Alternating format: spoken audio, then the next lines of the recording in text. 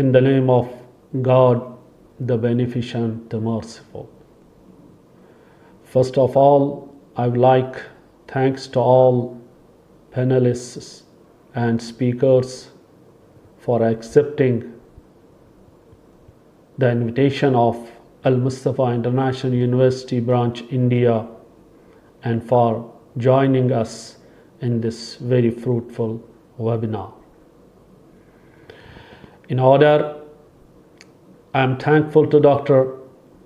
Reza Shakiri, Chief Representative of Al Mustafa International University, for providing the opportunity to organize this very thought-provoking webinar.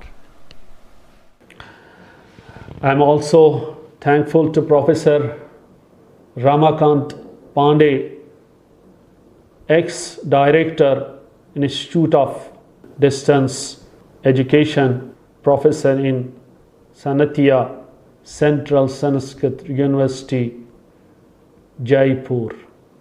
I would like also thank to Professor Manjeet Singh, former HOD, Department of Punjabi, Delhi University. I am also thankful to Professor Muhammad Ahmad Naimi, Department of Islamic Studies, Hamdard University. Now, may I invite Dr. Reza Shakiri, Chief Representative of Al Mustafa International University, to deliver his speech. The theme and title of his speech is the concept of God in Islam.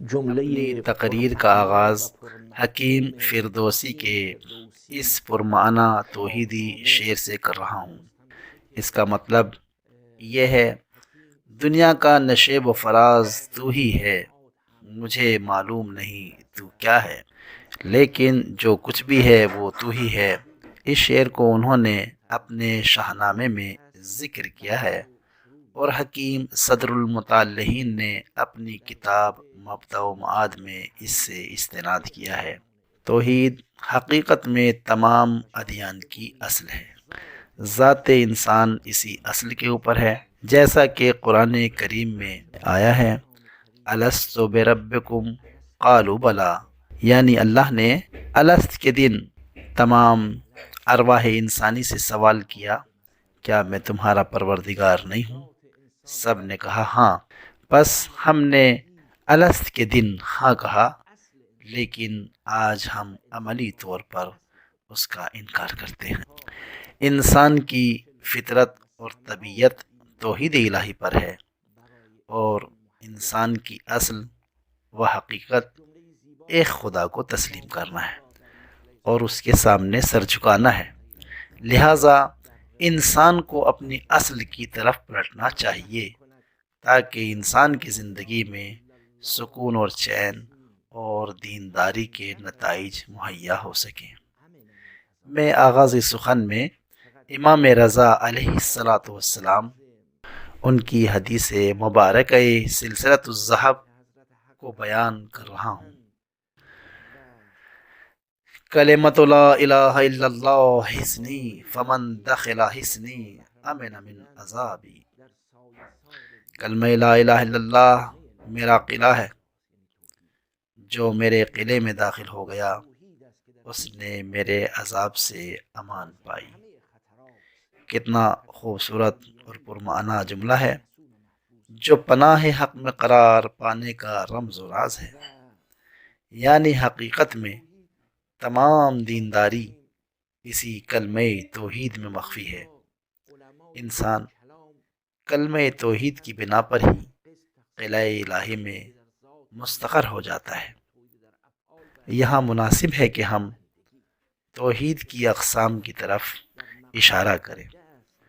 तौहीद को उलमाए कलाम ने आम तौर से 4 किस्मों में तकसीम किया है: तौहीद ज़ाती, तौहीद सिफ़ाती, तौहीद अफ़आली, तौहीद इबादी। इन 4 किस्मों में पहली 3 किस्मों का ताल्लुक़ अक़ीदे से है और आखिरी किस्म का ताल्लुक़ इंसान के अमल से है। और खुदा की उलूहियत का अक़ीदा ही इंसान के खुदा परस्त होने का नतीजा है। लिहाजा बेहतर है कि मुख्तसरन इन अक़साम के बारे में अर्ज़ करूं और फिर दूसरे नुकात को आपकी खिदमत में बयान करूं। तौहीद ज़ाती यानी खुदा की यकताई का एतक़ाद और उसके बारे में ये अक़ीदा रखना कि उसकी ज़ात अक़दस हर किस्म की तरकीब से मुनज़्ज़ह है और ये कि वो मुजर्रद, बेनज़ीर और बेमिसाल है। तमाम अशिया उसकी मोहताज हैं और उससे वाबस्ता हैं, जैसा कि कुरान करीम में सूरह फातिर की आयत नंबर 15 में आया है, या अय्युहन्नास अंतुमुल फ़ुक़राउ इलल्लाह वल्लाहु हुवल गनियुल हमीद।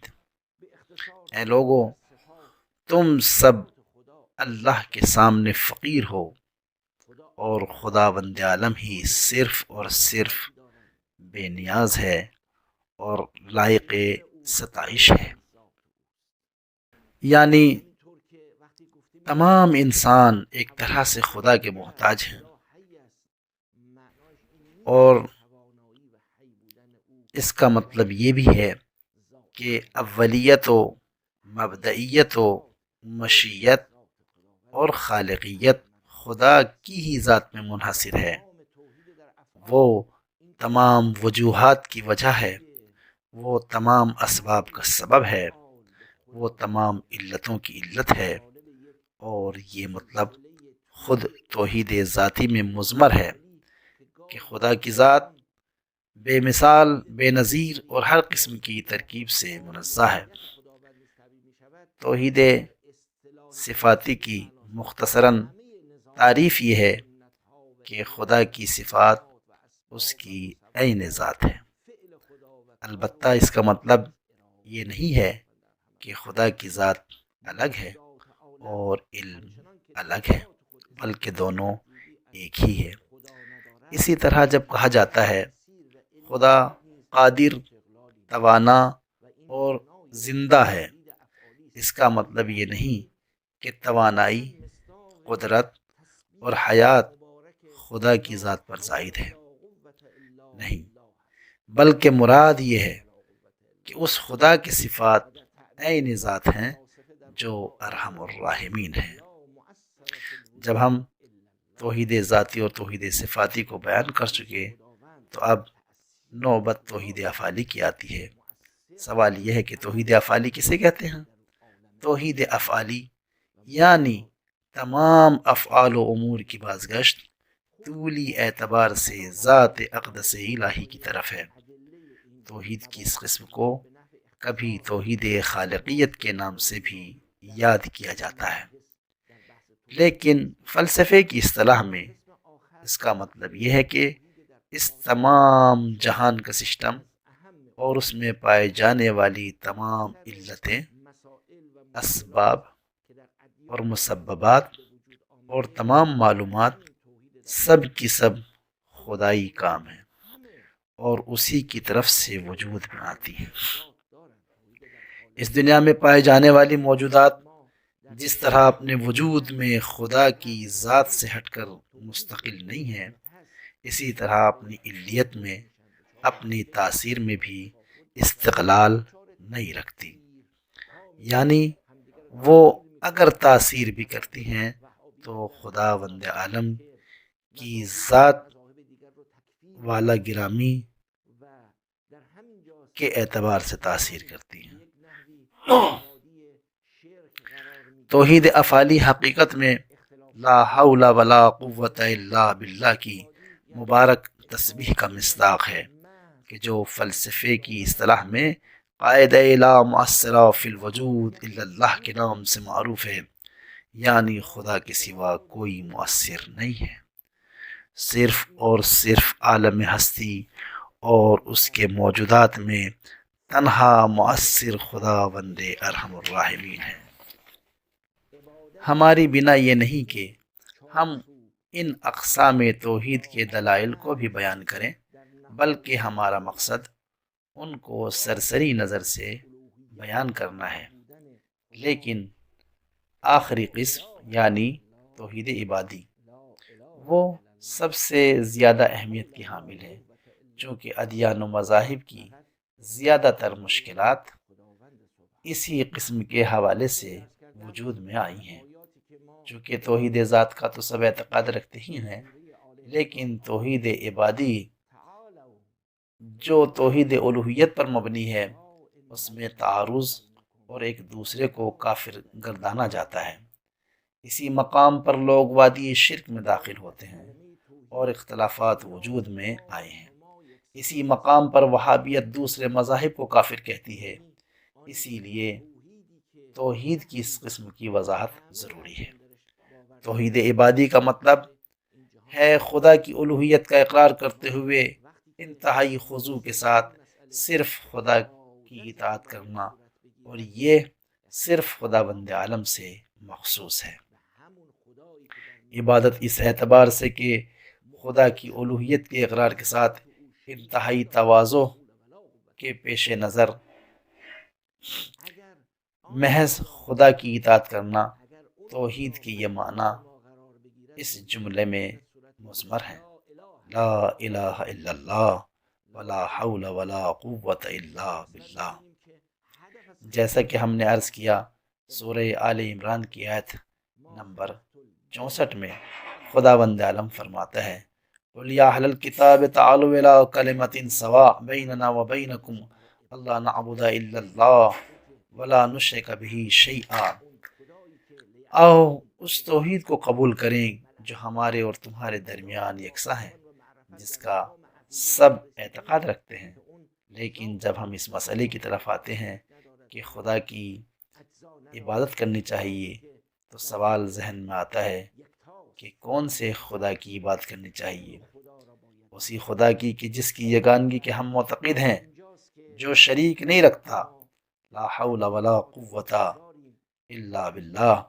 उसी को हमारा माबूद करार पाना चाहिए, उसी की इबादत करनी चाहिए, उसी के सामने सर झुकाना चाहिए। ला इलाहा यानी ला माबूद इल्लल्लाह जब हम देखते हैं तो हकीकत खुलकर सामने आती है कि हमारी खिलकत का असल हदफ खुदा की बंदगी और इबादत है। तमाम मौजूदात की खिलकत का हदफ उसी ज़ात यगाना की बंदगी व मारिफत है। ले आरिफून, इसी खुदा की इबादत जिसको हमने पहचाना, जिसका अकीदा रखते हैं, जिसका कोई शरीक नहीं है, जो जुज़ नहीं रखता, जो यकता है, उसी खुदा की बंदगी और इबादत करनी चाहिए, ताकि अदियान के दरमियान में पैदा होने वाले इख्तलाफात ख़त्म हो जाएं। इख्तिसार के पेश नज़र हम इससे ज़्यादा आपकी खिदमत में कुछ अर्ज़ नहीं कर सकते। इंशाअल्लाह दूसरे वेबिनार में तौहीद की अक़साम और उसकी आखिरी किस्म के बारे में गुफ्तगू करेंगे। आखिर में उन तमाम हजरात का कि जिन्होंने इस वेबिनार के इनेकाद में हमकारी की, ख़ास तौर से नुमाइंदगी अल-मुस्तफ़ा के रिसर्च डायरेक्टर और उन तमाम अफराद का कि जिन्होंने इस वेबिनार में हिस्सा लिया है और अपनी कीमती आरा से नवाजा है, और तमाम नाज़रीन का तहे दिल से शुक्रगुजार हूँ। अस्सलामु अलैकुम व रहमतुल्लाहि व बरकातुहू। खुदा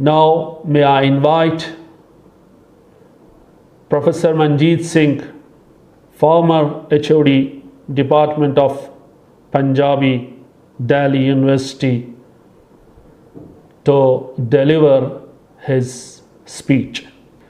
The theme and title of his speech is Concept of God in Sikhism.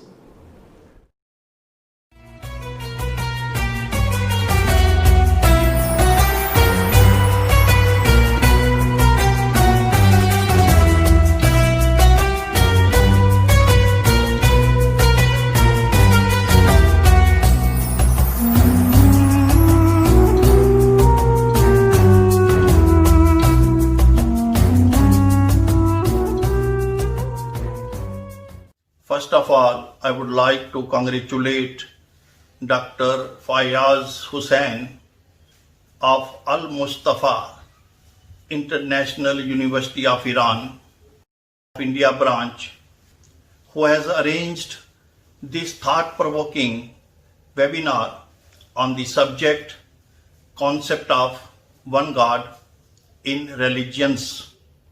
That is also during the period of COVID-19. No doubt, the subject of the webinar is quite significant, relevant, and meaningful. In my considered opinion, the problematic in hand is self-explanatory, quite indicative, and suggestive one. I have been asked to express my views on the subject Concept of One God in Sikhism. In the beginning, I would like to submit that Sikh religion is the youngest religions of the world. Not only the youngest, but it is the most modern and scientific in nature. Till date, none of the scientific discoveries could challenge the basic ethos of this religion. While discussing the philosophy of Sikh religion, Dr. Gopal Singh has rightly explained that Sikhism is the most modern and yet the most misunderstood of all the world religions. He has further clarified that some scholars have described it as an offshoot of the Bhakti movement, or you can say a Bhakti cult.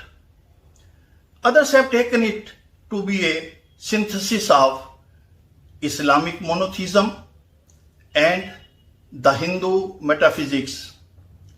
One scholar has even suggested it to be a crude form of Buddhism.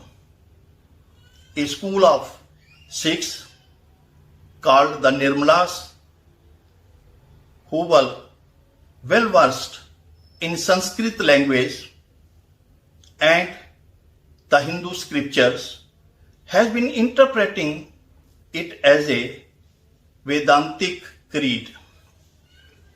Whereas Sikh religion is one of the major known independent religions of the world.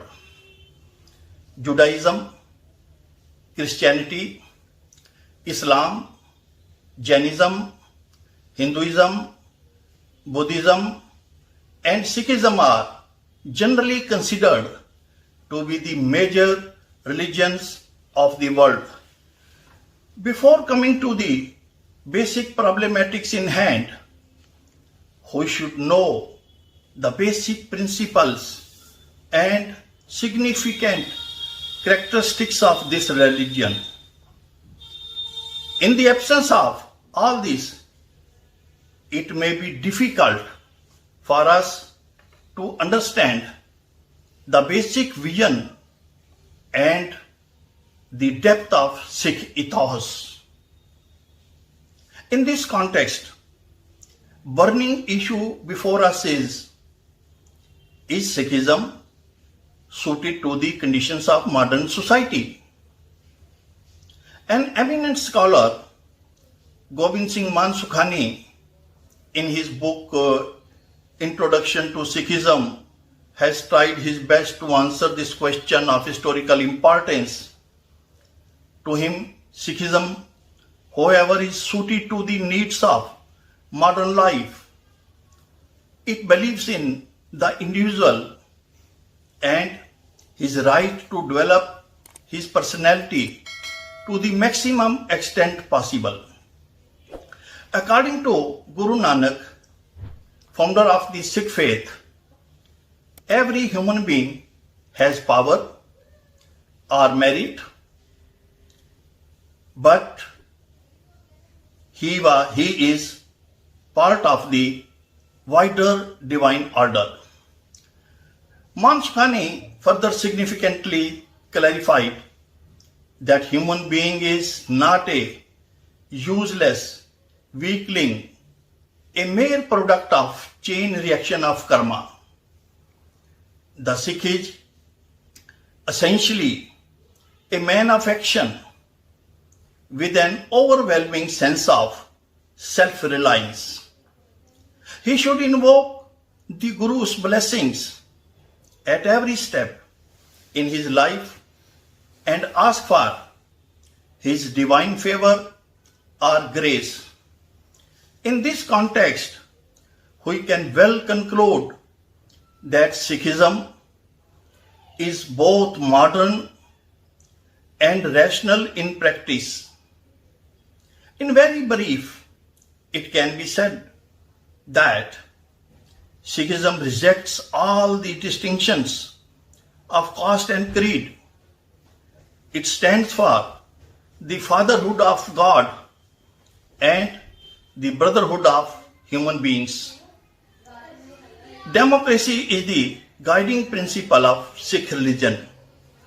However, Sikhism believes in the concept of socialistic pattern of society. Sikh religion has its own code of conduct, vices and virtues, festivals, ceremonies, etc. Hence, it can easily be observed that Sikhism is distinct from other religions and has something new to offer to the whole mankind. Sikhism is also known for its lifting the status of women in the society. Guru Nanak had earlier taken steps in this direction. He says, quote, "How can a female be called inferior to the male when she gives birth to the kings?" Unquote. Scholars on Sikhism have tried their best to work out feministic discourse, cultural discourses, discourse of the oppressed, and metaphysical discourse out of the Bani of Guru Granth Sahib. It is also important to mention here that Sikh religion is the only religion in the world which considers its sacred scripture as a living Guru. It is also important to mention here that the sacred literature of Sikhism is called Gurbani, which means the Guru's word, a song message as enshrined in the Guru Granth Sahib. In Sikhism, the Guru means the word and not the physical body. Dr. Mansukhani has well explained how Almighty God revealed the Bani through the Guru, and it will ultimately lead one to its source. The Bani is the Guru and the Guru is the Bani. One who expounds or explains the Bani, that is sacred writings, cannot have the status of a Guru. He is mere a teacher or a missionary. Now the question arises, who is to be called a Sikh? Sahib Kaur, in her book Sikh Thought, explained significantly, quote, that a person who faithfully believes in one immortal being, that is one God. 10 Gurus, from Guru Nanak to Guru Gobind Singh, Shri Guru Granth Sahib, and the utterances and teachings of 10 Gurus and baptism of 10th Guru, and also does not believe in any other religion, is called a Sikh. He has to follow well-determined code of conducts too. Now it has become crystal clear. The Holy Scripture, that is Guru Granth Sahib, is being worshipped by the Sikhs the world over as the living embodiment of the Gurus. This sacred Granth contains, besides the writings of the six Sikh Gurus, first 5 and the 9th Guru, compositions of 15 medieval Hindu and Muslim Bhaktas, 11 Bhatts, and 4 Gursikhs, then popular all over the North India. In this way, sacred metaphysical writings of 36 authors, they are called Banikar, are included in this Granth. This number include mystic writings of 5 Muslim saints also. They are Baba Sheikh Farid, Bhagat Bikhan, Satta, Balwand, and Mardana. Dr. Gopal Singh has well said that most of the Sikh Gurus were themselves great musicians and masters of the classical style. We are aware of the fact that Guru Nanak kept the company of a Muslim drummer, a great instrumentalist. We agree with him that Mardana, who played on the rebeck while Guru Nanak used to sing to large audiences. Mardana's descendants, who still to be the Muslim faith, are the most honored of the musicians who sing to the Sikh audience to this day. The word of the Guru. In some of the best known Sikh temples, that is Gurdwaras, 5th Guru, Guru Arjan Dev, who edited or compiled the Adi Granth in 15th century AD, that is 1604 AD, was himself a great vocalist. He is also important. It is also important to mention here that major portion of this sacred Granth is written in poetry of the highest order. Both music and poetry have formed an inseparable part of the Sikh rituals and Sikh cultural patterns. There are 31 ragas which form the main body of the Granth. The Sikh religion, which originated in the undivided Punjab, a richest state of the then North India, in the teachings of Guru Nanak, is basically a monotheistic faith. Janab Jagjit Singh, a big scholar of Sikhism, in his book Guru Nanak, the Great Revolutionary, has discussed in detail that Guru Nanak had his advent in this world during 15th century AD. We agree with this hypothesis that Almighty God sent him in this world with a mission, and he is beyond the cycle of birth and death, hence an immortal Guru. History of Sikhism as a whole tells us the stories of its multi-dimensional affinities with Islam. In this context, it is very humbly submitted that Guru Nanak revealed the meaning of God in a nutshell termed as Mool Mantra. This Mool Mantra expresses attributes or the qualities of the God. The human mind should concentrate on these qualities of God and must assimilate them to follow in life. The Mool Mantra is Ekamkar, Satnam, Karta Purakh, Nirpau, Nirvair, Akal Murat, Ajuni Saibang, Gur Prasad. It means, quote, the one universal, all-pervading energy to create. Truth is his name, the creator, the conscious being, without fear, without enmity, the timeless being, without birth, self-existent, and is revealed through the grace of God, Guru. Unquote. In this way, this Mool Mantra enlists 12 adjectives used for the qualities of God. This shows that God is one who cannot be established, nor can he be created by humans.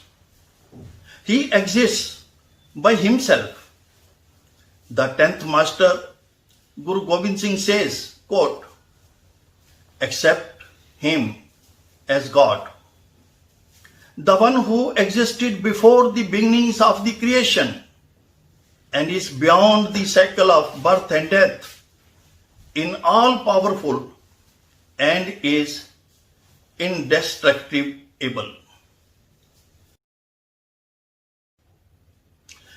It is very humbly submitted here that one meditates on the existence of God. Two types of qualities of God are being experienced by human mind. These are the transcendent and the immanent qualities. According to Sikhism, God is omnipresent and omniscient.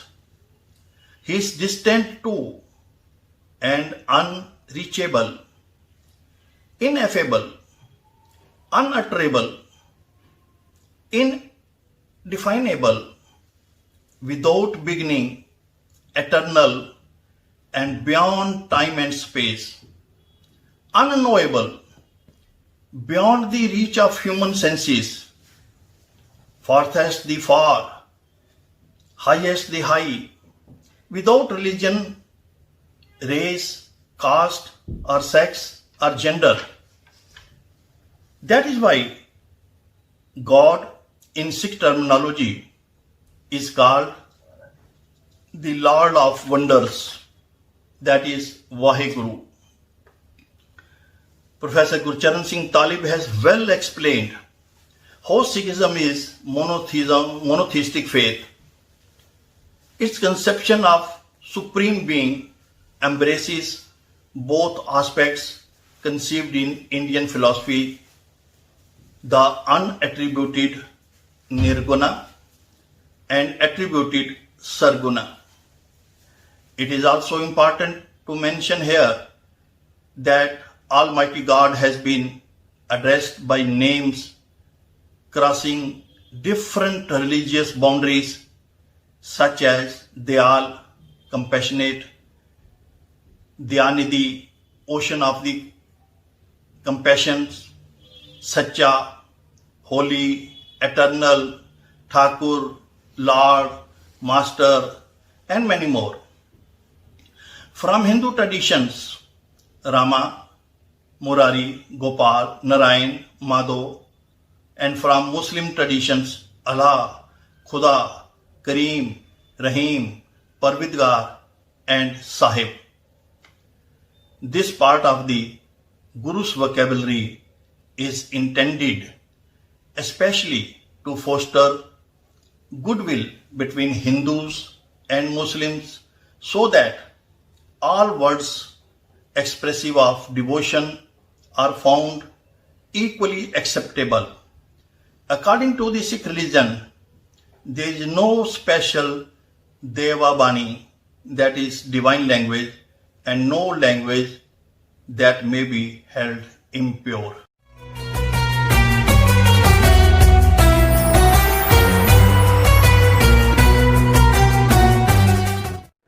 Now may I invite Professor Ramakant Pandey, ex-director, Institute of Distance Education, professor in Sanatya Central Sanskrit University, Jaipur, to deliver his speech. The theme and the title of his speech is Concept of One God in Hinduism.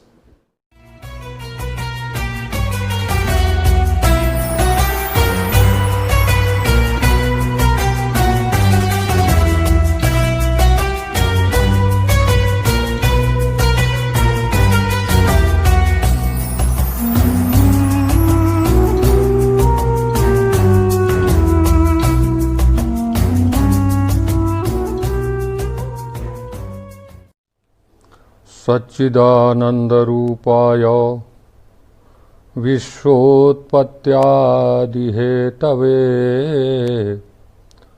तापत्रयविनाशाय श्रीकृष्णाय वयं नुमः।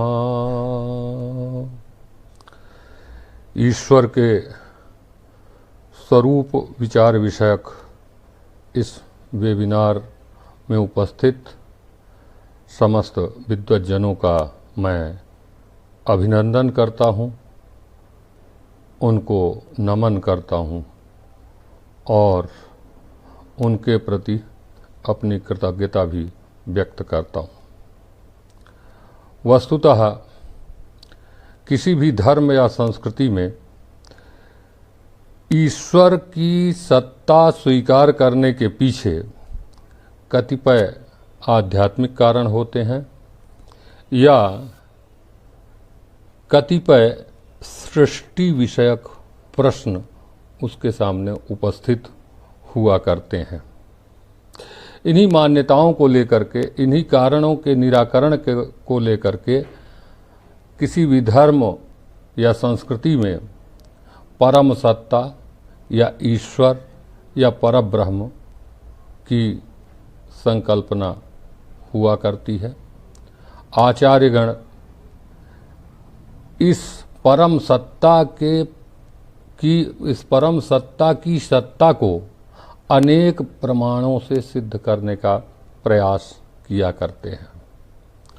सनातन हिंदू धर्म में भी ईश्वर की सत्ता को प्रमाणित करने के लिए, ईश्वर की सत्ता को बताने के लिए, ईश्वर की सत्ता की आवश्यकता का प्रतिपादन करने के लिए अनेक तथ्यों का प्रतिपादन हुआ है। आप जानते हैं कि सनातन धर्म या हिंदू संस्कृति में मुख्य रूप से 6 दर्शनों को मान्यता दी गई है। वैसे अन्य दर्शन भी हैं जिन्हें नास्तिक और आस्तिक भेद से 2 प्रकार का बताया गया है, किंतु यहाँ पर मैं उन्हीं दर्शनों, उन्हीं ग्रंथों, उन्हीं तथ्यों का प्रतिपादन अति संक्षेप में करना चाहूँगा जहाँ पर ईश्वर के विषय में कुछ कहा गया है। सबसे पहले अगर हम ध्यान करते हैं, हम विचार करते हैं, सोचते हैं, तो हम पाते हैं कि विश्व संस्कृति में सर्वाधिक प्राचीनतम ग्रंथ वेद हैं। ऋग्वेद उनमें सबसे प्राचीन है और वैदिक परंपरा में उपनिषद जो हैं वहाँ पर ब्रह्म का प्रतिपादन, हालांकि उसकी चर्चा वेदों में भी आती है, किंतु चूंकि दार्शनिकता की बात है इसलिए मैं ये कहना चाहता हूँ कि उपनिषदों में उसका प्रतिपादन हुआ है। उपनिषदों में हम देखते हैं कि ब्रह्म पद का उल्लेख हुआ है और ब्रह्म शब्द अत्यधिक विलक्षण शब्द है। ब्रह्म एक पारिभाषिक शब्द है। ब्रह्म शब्द जो बनता है वह संस्कृत की ब्रह्म धातु से बनता है। ब्रह्म का अर्थ होता है, ब्रह्म धातु का अर्थ है फैलना, सर्वत्र व्याप्त होना, विकसित होना, ये उस धातु का अर्थ है। तो जो सर्वव्यापी जो ब्रह्म है वह समस्त, न केवल किसी एक वस्तु में, न 2 वस्तु में, न 4 वस्तु में, बल्कि जितना भी यह चराचर जगत है वह समस्त चराचर जगत उस ब्रह्म के द्वारा व्याप्त है। उस ब्रह्म ने उसे व्याप्त कर रखा है और वह ब्रह्म जो है न केवल व्याप्त कर रखा है अपितु वह ब्रह्म ही इस समस्त चराचर जगत का जनक है। समस्त चराचर जगत इसी से उत्पन्न होता है और अंत में इसी में लीन हो जाता है। यतो सर्वाणि भूतानि जायन्ते, जिससे समस्त भूत उत्पन्न होते हैं। भूत अर्थात समस्त प्राणी, समस्त चराचर जगत जिससे उत्पन्न होता है वह ब्रह्म है। जन्माद्यस्य अतः शंकराचार्य कहते हैं कि इस समस्त जगत का जो जन्म है वो उस ब्रह्म तत्व से ही है। वो ब्रह्म ही सबका जनक है, सबको उत्पन्न करने वाला परम तत्व है। वो कभी भी विनष्ट नहीं होता, परम नित्य तत्व है। तो जो यह जगत है, यह संसार है, यह ब्रह्मांड है, वह ब्रह्मांड क्या होता है? इसी ब्रह्म से उत्पन्न होता है और इसी में विलीन हो जाता है। तो किंतु आप देखेंगे कि जब भक्ति का जो संचार है वह जब होता है समस्त विश्व में, तो हम ये देखते हैं कि इस ब्रह्म की भी द्विधा व्याख्याएं प्राप्त होती हैं। प्रथम वह निर्गुण है। निर्गुण का मतलब निराकार है। गुण का मतलब रूप, रस, गंध, स्पर्श, संख्या, परिमाण, पृथक्त्व, संयोग, विभाग, परत्व, गुरुत्व, द्रवत्व, स्नेह, शब्द, बुद्धि इत्यादि जो 24 गुण हैं, तो वो 24 गुण उसी में होंगे जो साकार होगा। किंतु जो परब्रह्म परमेश्वर है वह निर्गुण है, निर्विशेष है, उसमें कोई विशेषता नहीं है। वो जो है निर्गुण है और वह सगुण भी है। दोनों चीजें हैं, निर्गुण भी है और सगुण भी है। जो सगुण है उसको अपर ब्रह्म कहा गया है उपनिषदों में, और जो निर्गुण है उसको परब्रह्म कहा गया है। दोनों में थोड़ा सा फर्क किया गया है। जो निर्गुण है उसी निर्गुण, वह निर्गुण ही सगुण भी है, लेकिन किन्हीं स्थितियों में सगुण है। तो जो निर्गुण ब्रह्म है वो परब्रह्म हुआ और जो सगुण ब्रह्म है वह अपर ब्रह्म के नाम से अभिहित होता है। तो जो अपर ब्रह्म है वो निर्विशेष है, निर्गुण है, और जो सगुण ब्रह्म है वो सविशेष है और सगुण है, उसमें आकार है, उसका हम चिंतन कर सकते हैं। इस तरह से उन दोनों में भेद बनाया गया, क्योंकि निराकार का चिंतन करने के लिए हमें अगर किसी चीज़ का विचार करना है तो उसके किसी स्वरूप विशेष का ज्ञान हमको होना चाहिए, और स्वरूप का ज्ञान अगर होना है, स्वरूप अगर कोई हमें मानना है तो निस्संदेह उसमें गुणों की मान्यता होनी चाहिए। तो सगुण से निर्गुण की ओर जाने की जो प्रक्रिया है उसके लिए सगुण ब्रह्म की या अपर ब्रह्म की कल्पना की गई है। तो जो सगुण है वही उसी में यह समस्त प्रपंच उत्पन्न होता है, उसी में विलीन होता है, वह सविकल्पक है, जबकि परब्रह्म निर्विकल्पक है। और जो सगुण ब्रह्म है वो सोपाधिक है, वह उपहित चैतन्य है, और जो निर्गुण ब्रह्म है वो निरुपाधिक है, उसमें कोई उपाधि नहीं है। यह जो अपर ब्रह्म है वह अपर ब्रह्म ही समस्त विश्व का करता है, यही विश्व को धारण करता है, यही विश्व का हरण या संहार भी करता है, यही विश्व का नियंता भी है, यही विश्व का नियंत्रण करता है। जबकि परब्रह्म चूंकि निर्गुण है, निर्विशेष है, निराकार है, तो उसी की शक्ति से ये सब कुछ करता है, लेकिन ये कार्य निर्गुण न करके सगुण ही करता है। इसलिए जो अपर ब्रह्म ही जो है उस अपर ब्रह्म को ही ईश्वर पद से कहा जाता है। ईश्वर का मतलब हुआ जो सादी है, शांत है, और जो जिसमें स्वरूप आदि हैं, जिसका हम कुछ चिंतन कर सकते हैं, जो उपहित चैतन्य है, उपाधि से युक्त है, सविकल्पक है, वो हो ईश्वर शब्द से कहा जाता है। जैसे कि हमारे यहाँ राम आदि हैं, कृष्ण आदि हैं, ये ईश्वर के अंश, ये वो परब्रह्म के अंश हैं। उस अंश से वो जगत के कल्याण के लिए अवतार लेते हैं, जगत के कल्याण के लिए वो नाना लीलाएं करते हैं, अपने भक्तों को आनंदित करते हैं। तो ये सारी जो बातें जो होती हैं वो जहाँ पर हैं उन्हें हम ईश्वर कहते हैं।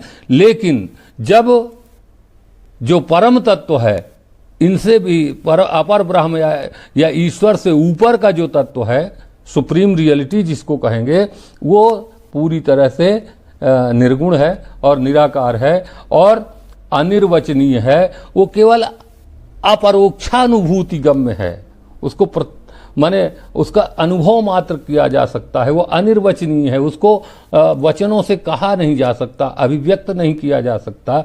इसलिए तो वो जो निर्गुण ब्रह्म है, उस निर्गुण ब्रह्म की ही सर्वव्यापकता को उपनिषदों में निरूपित किया गया है। वही सर्वव्यापक है और उसकी व्यापकता को दिखाने के लिए उपनिषद कहते हैं सर्वम खल्विदम ब्रह्म। ये जो कुछ आपको प्रत्यक्ष दिखाई दे रहा है, या जो कुछ आप सुन रहे हैं, या जो कुछ आपके आसपास है, या जिसको हम नहीं भी जानते हैं, वो समस्त तत्व जो इस संसार में या ब्रह्मांड में या विश्व में विद्यमान है, वो समस्त तत्व ब्रह्म है। वो ब्रह्म का शरीर है, सर्वम खल्विदम ब्रह्म। और इसको आगे और भी बढ़ाते हैं कि केवल ये इतना ही नहीं है, क्योंकि ब्रह्म जो है वो सच्चिदानंदात्मक है, उसमें सत है, चित है, आनंद है। तो जब तक सच्चिदानंदात्मक नहीं होगा, तब आनंद अगर नहीं होगा तो उसकी ओर किसी की प्रवृत्ति नहीं होगी। तो इसलिए कहते हैं सत्यम ज्ञानम अनंतम ब्रह्म, ये भी बात कही गई। सत्यम ज्ञानम अनंतम ब्रह्म, विज्ञानम आनंदम ब्रह्म इत्यादि जो श्रुति वचन है, वो सगुण ब्रह्म के स्वरूप लक्षण हैं। स्वरूप लक्षण का मतलब लक्षण दो प्रकार के कहे गए, तटस्थ लक्षण और स्वरूप लक्षण। तो जो स्वरूप लक्षण है सगुण ब्रह्म का, वो सगुण ब्रह्म का यही स्वरूप लक्षण है, सत्यम ज्ञानम अनंतम ब्रह्म और विज्ञानम आनंदम ब्रह्म इत्यादि जो है। तो जो ब्रह्म है वो परम सत्य है, वह विशुद्ध ज्ञान है, अनंत है, अखंड है, आनंद है, वह सच्चिदानंद है, शांत और शिव है। उसमें शांति है, वह शिवात्मक है, सबका कल्याण करने वाला है। इसलिए श्रीमद् भागवत गीता में भी ईश्वर की बहुत बड़ी चर्चा की गई है। मुझे यह आदेश हुआ है कि 15 मिनट में मैं कुछ कहूँ, तो इसलिए मैं उतने गहराई में न जाता हुआ अपनी बात को बहुत संक्षेप में कहूँगा। तो गीता में एक ही लाइन से हम समझ लें कि ईश्वर का स्वरूप किस प्रकार का है। तो गीता में भगवान श्री कृष्ण कहते हैं कि ईश्वरः सर्वभूतानां हृदयेषु अर्जुन तिष्ठति। समस्त जो भूत हैं, समस्त प्राणी हैं, भूत अर्थात जो प्राणी हैं जो इस संसार में उत्पन्न हुए, जो यह सचराचर जगत है, उस समस्त जगत में जो ईश्वर है वह विद्यमान रहता है। वह ईश्वर हृदय में विद्यमान रहता है सबके। तो ये जो है विशद चर्चा श्रीमद् भगवद गीता में ईश्वर की हुई है।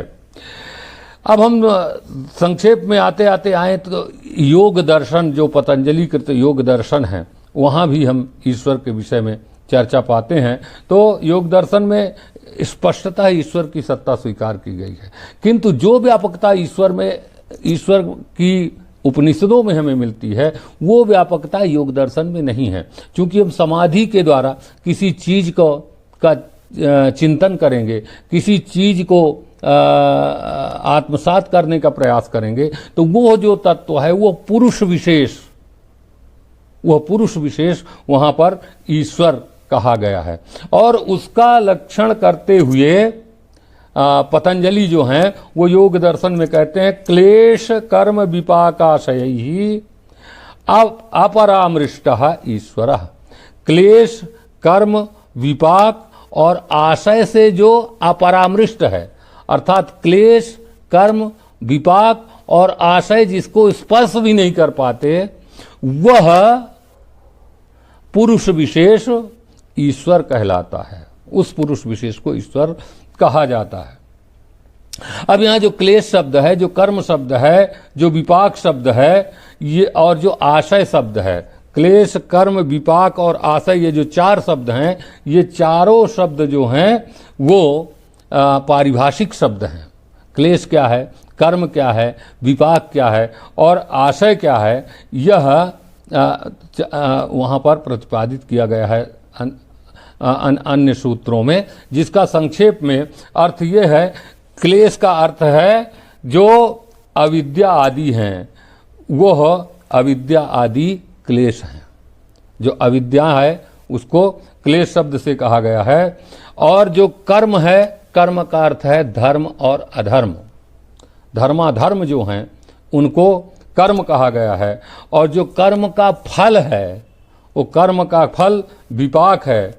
और उस विपाक या कर्म फल से बनने वाला जो कर्म है या उस कर्म का संस्कार है, उस कर्म के संस्कार को ही आशय कहते हैं।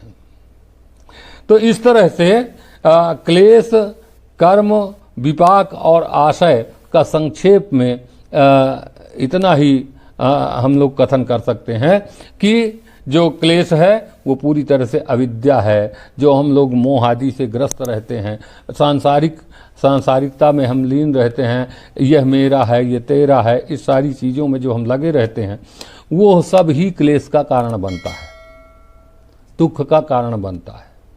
तो क्लेश शब्द से वो अविद्या कही गई है।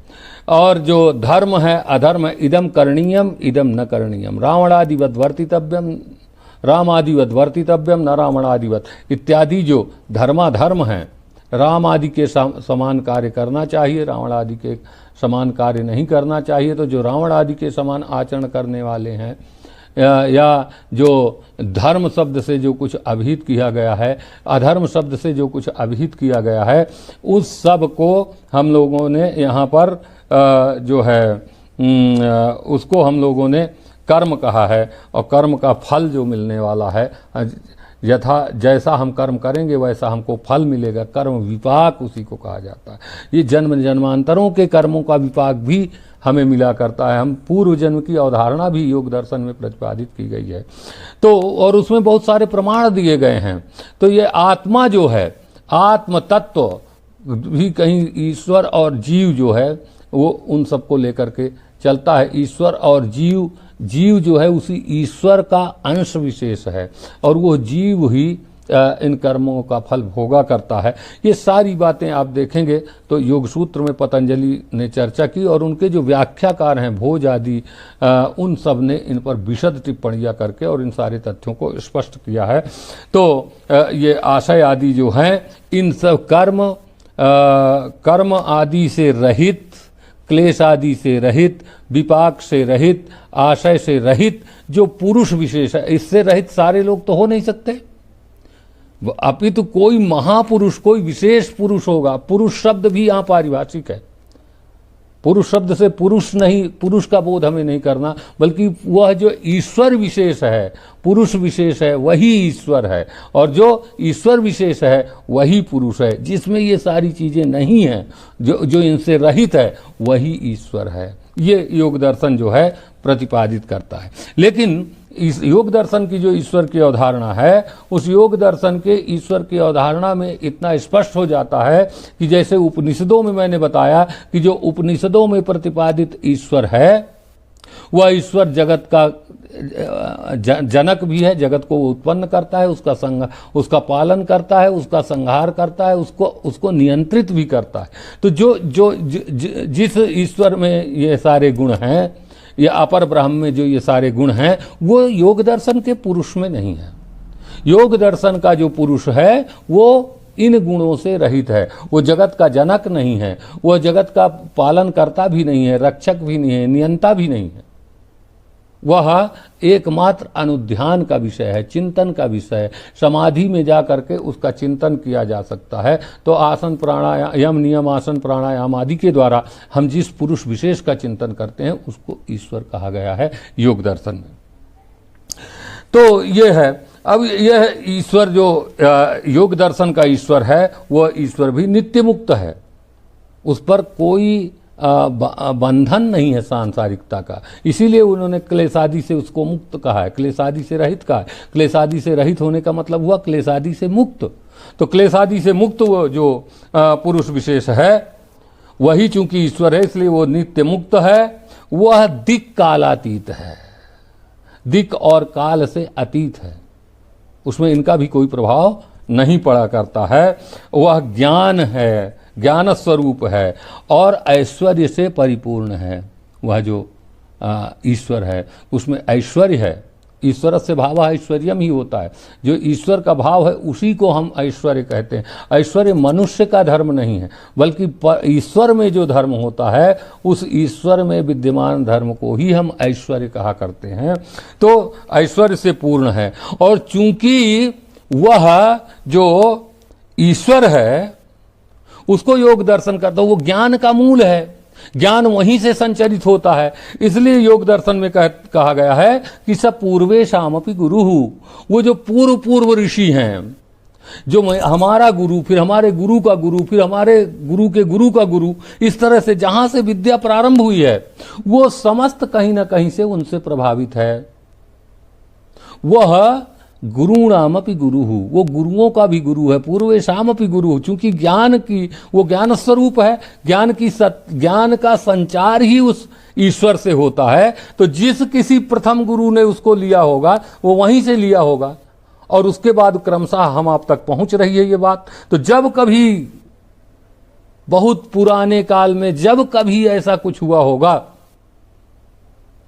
तो वहीं से ज्ञान का संचार हुआ है। इसलिए उसको कहते हैं वो ऋषियों का भी ऋषि है, गुरुओं का भी गुरु है। वह सामान्य पुरुष नहीं है, बल्कि एक अद्भुत, अपूर्व और विलक्षण पुरुष है। योगी जन जिसका अनुध्यान समाधियों में करते हैं और उसको जो है प्राप्त करने का प्रयास करते हैं। हमारी भारतीय संस्कृति में 4 पुरुषार्थ कहे गए हैं, धर्म, अर्थ, काम और मोक्ष।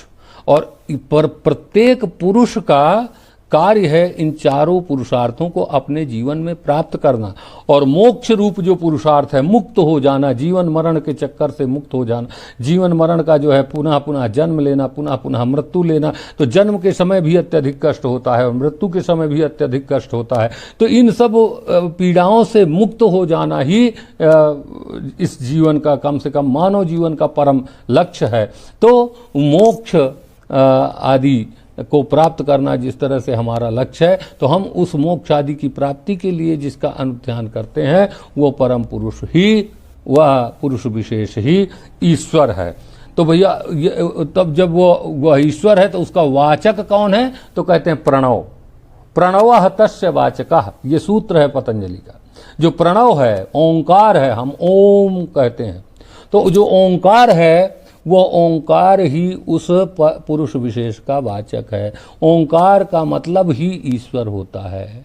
ये जो है पतंजलि अपने सूत्रों में प्रतिपादित करते हैं। और जो पुरुष विशेष है उसको पतंजलि ईश्वर के रूप में कहते हैं। और ये भी कहते हैं कि उस पुरुष में जगत कर्तृत्व आदि का गुण नहीं है, न तो वो जगत का करता है, न धरता है, न हरता है, न ही नियंता है उसका, ये करते हैं। इसके बाद हम अगर आते हैं तो वैशेषिक दर्शन है। वैशेषिक दर्शन में भी, वैशेषिक सूत्रों में वस्तुतः ईश्वर शब्द का उल्लेख हमें प्राप्त नहीं होता है। वहाँ पर तत्पद का प्रयोग हुआ है। तत् का मतलब होता है वह, तत्पद सर्वनाम पद है और तत् तन्यते व्याप्यते अनेन इति तत्।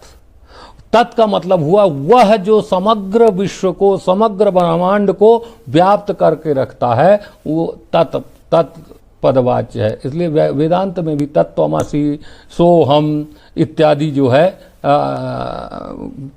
इत्यादि जो महावाक्य हैं उनका प्रतिपादन किया गया है। तो वैशेषिक दर्शन जो है वो तद वचन से, तद वचन का मतलब जो वेद है वो वेद को प्रमाण क्यों माना जाए? हर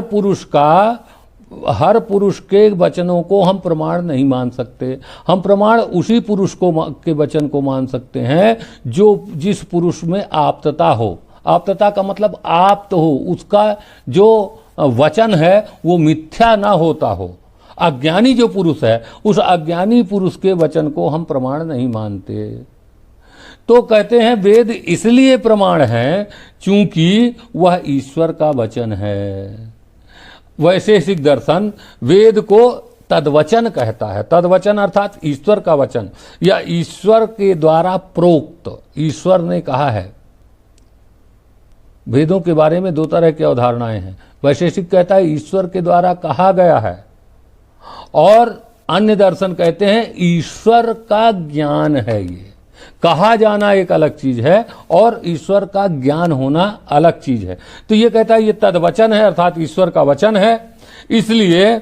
और वो ईश्वर कैसा है? ईश्वर नित्य है, सर्वज्ञ है, वो सब कुछ जानता है और पूर्ण है। अपूर्णता जहां होगी वो ईश्वर नहीं हो सकता। जो यो वै अभूमा न तत्सुखम, जो अपूर्ण है वो कभी भी वो अपूर्ण है, वो सुख नहीं हो सकता। जो अपूर्ण है उसका ज्ञान कभी भी प्रमाण नहीं हो सकता। इसलिए जो ईश्वर है वह पूर्ण है, वह सर्वज्ञ है। तो वह जब ऐसा ईश्वर है तो कहते हैं वो ईश्वर जो है वही इस जगत का कारण है, निमित्त कारण है।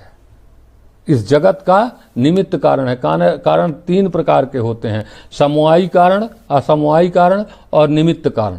तो जो ईश्वर है वो इस जगत का निमित्त कारण है। चूंकि वैशेषिक और न्याय दर्शन परमाणुओं से संसार की, ब्रह्मांड की उत्पत्ति मानते हैं, तो परमाणु नित्य हैं किंतु जड़ हैं।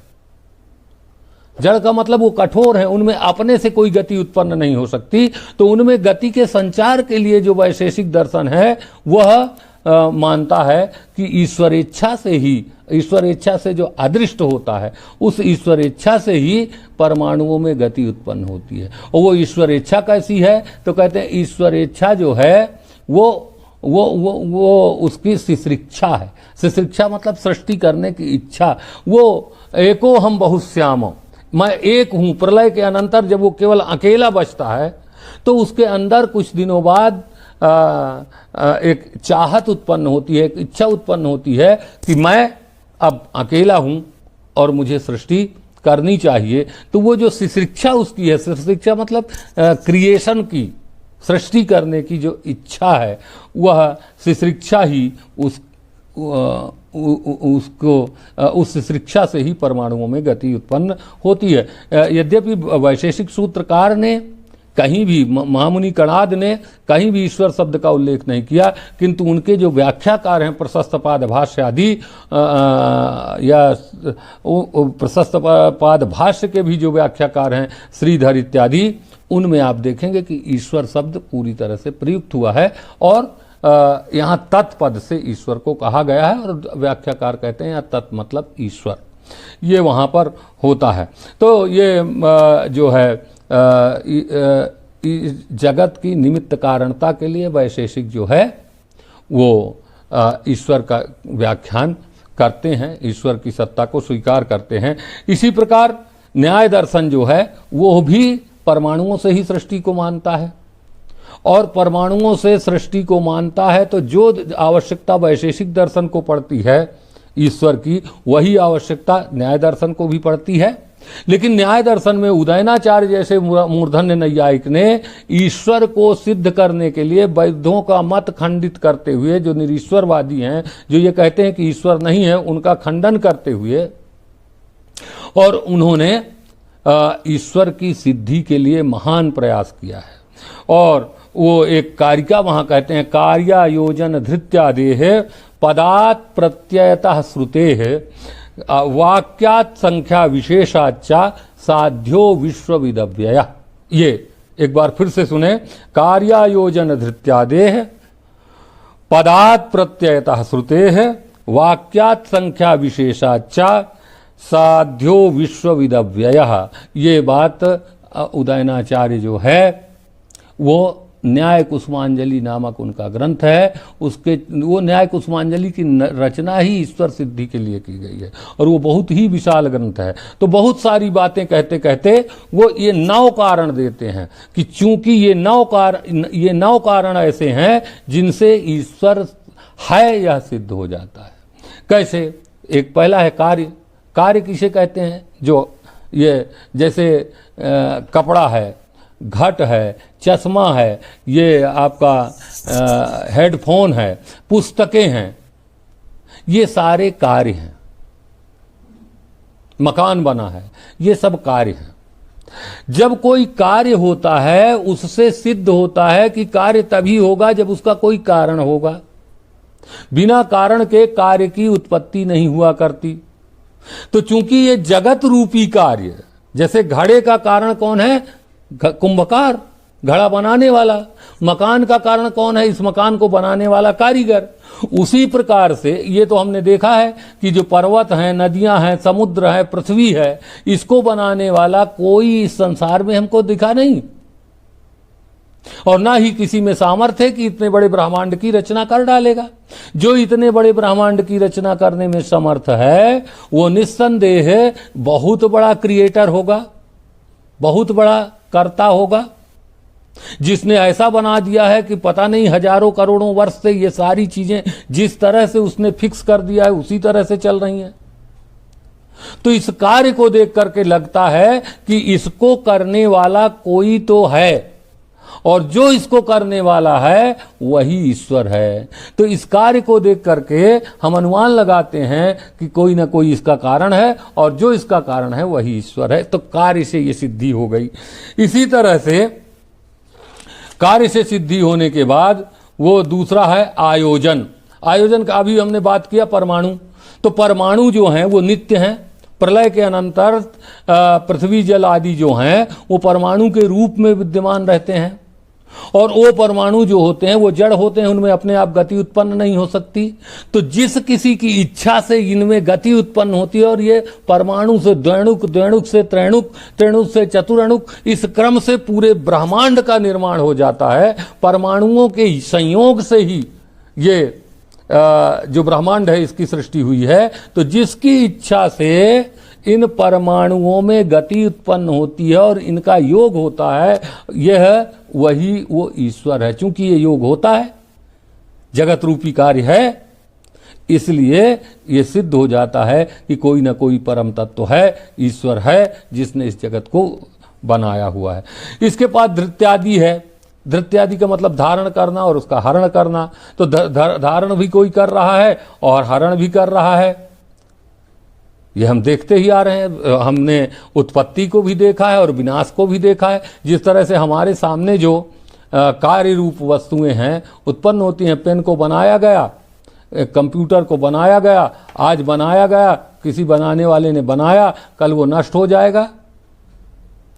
तो निस्संदेह इसको जो बनाने वाला है, उसको धारण करने वाला है, तो उसको नष्ट करने वाला है, वो चीज़ें सिद्ध हैं। तो जो इस ब्रह्मांड का को जनक है, इसको धारण करने वाला है और अंत में इसको नष्ट करने वाला है और पुनः उत्पन्न करता है। ये प्रक्रिया चलती रहती है। तो जो धृत्यादि है, उस धृत्यादि से भी ईश्वर की सिद्धि उत्पन्न सिद्ध होती है। ईश्वर है, ये बात सिद्ध हो जाती है।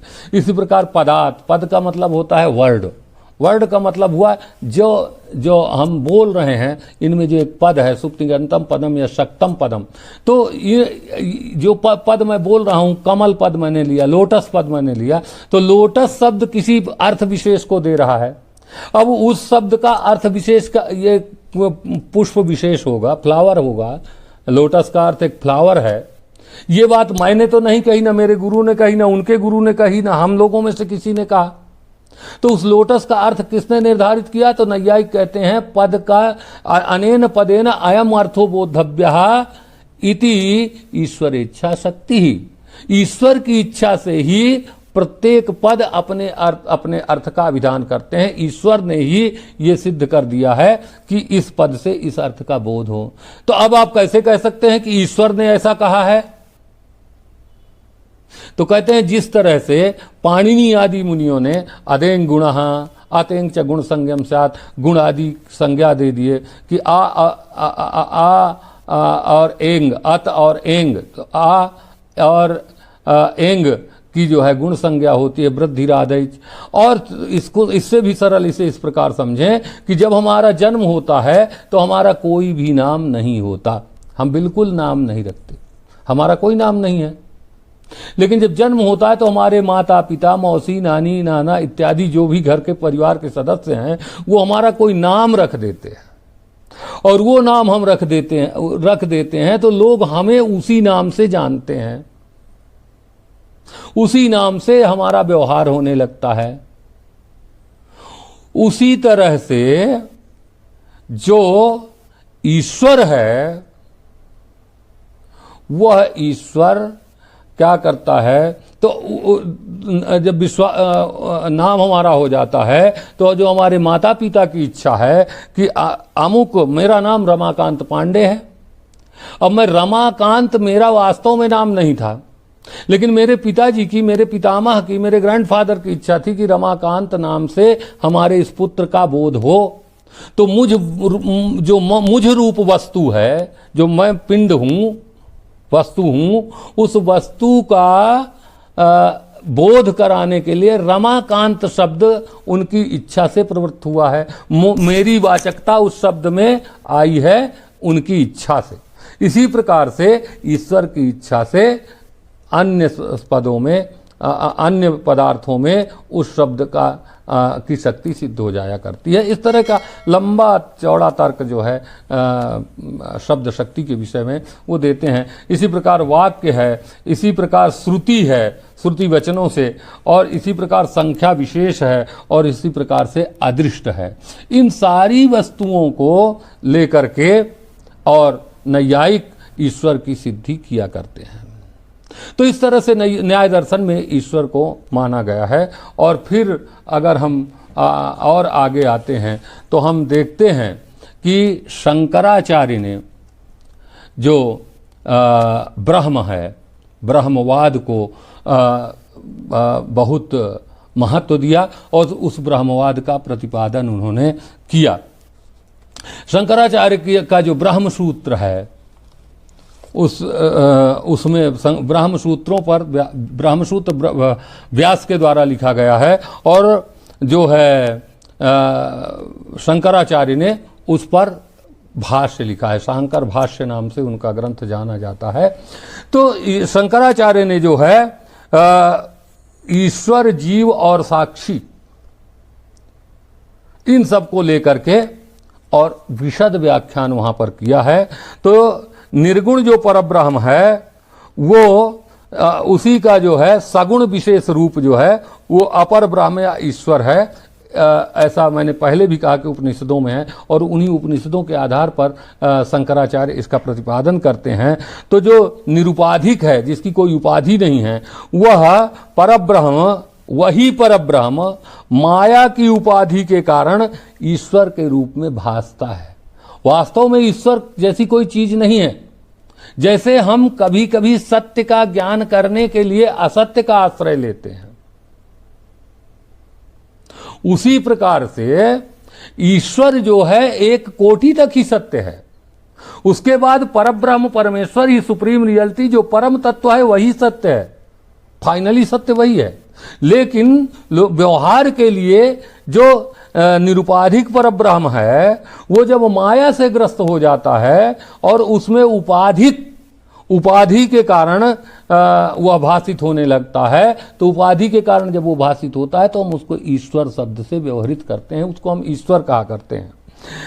और जो परब्रह्म बुद्धि द्वारा वो अग्राह्य होता है, उसको जो है हम परब्रह्म के द्वारा ग्रहण नहीं कर सकते, बल्कि उपहित चैतन्य को ही हम कहते हैं। तो ये विशेष रूप से लौकिक जो प्राणी हैं उनके बोध के लिए इन सब इस प्रकार की व्याख्याएं की गई हैं। तो जो उपहित चैतन्य बहुत विशद विवेचन शंकराचार्य ने इस पर किया है और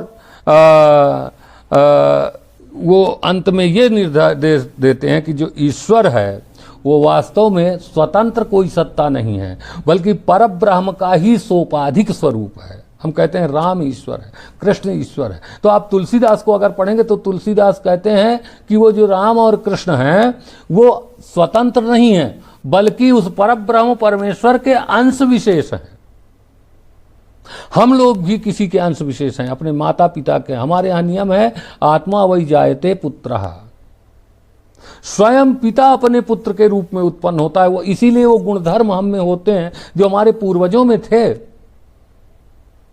तो हम में कहीं ना कहीं अपने पितृ पितामहों की, अपने फोर फादर्स की जो है सत्ता विद्यमान है। हम उनके भी वाहक हैं। हम कहीं जाते हैं तो उस नाम से हमें जाना जाता है, लेकिन स्पष्टता हम वो नहीं है। साक्षात हमारा बोध उस रूप में नहीं हो सकता। तो जो निरुपाधिक परब्रह्म है, उस परब्रह्म का जो सोपाधिक व्यक्तित्व संपन्न रूप है वही ईश्वर कहा गया है। और आप जब भक्ति संप्रदाय में आएंगे तो उसमें नाना प्रकार के आप देखेंगे कि भक्त जो है वो अपने भगवान को, अपने ईश्वर को पाने के लिए नाना प्रकार से उसकी उपासना करता है और उसको पाने के लिए अनेक प्रकार के यत्न भी किया करता है। उसके स्वरूप का अनुचिंतन करता है। वो स्वरूप इतना सुंदर है कि उससे सुंदर कुछ और हो ही नहीं सकता।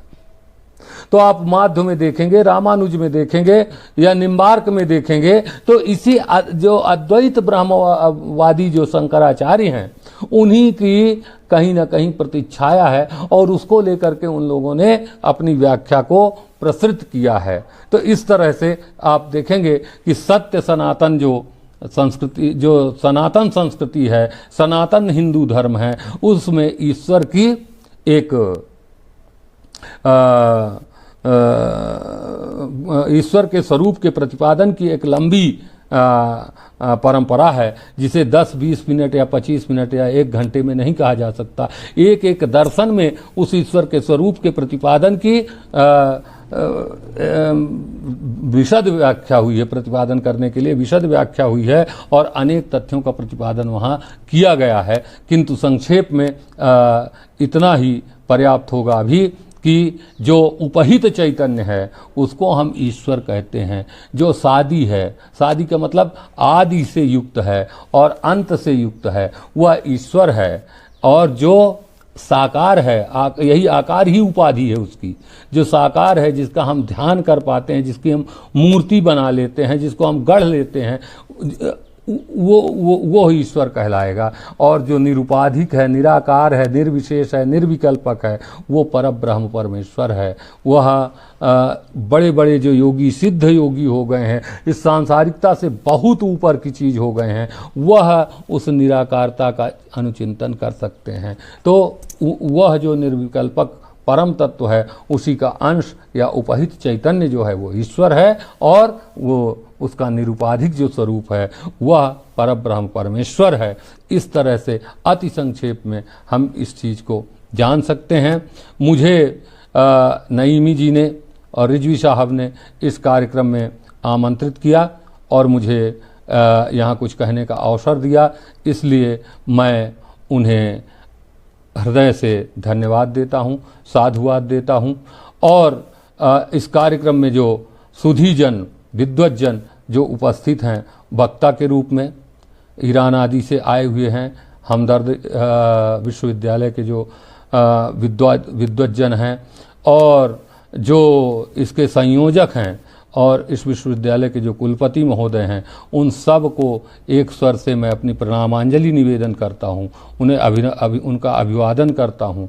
और उन्होंने मुझे समय दिया, आप सब ने मुझे सुना, इसलिए आप सबको भी नमन करता हुआ, आप सबका अभिनंदन करता हुआ मैं अपनी वाणी को विराम देता हूँ। धन्यवाद।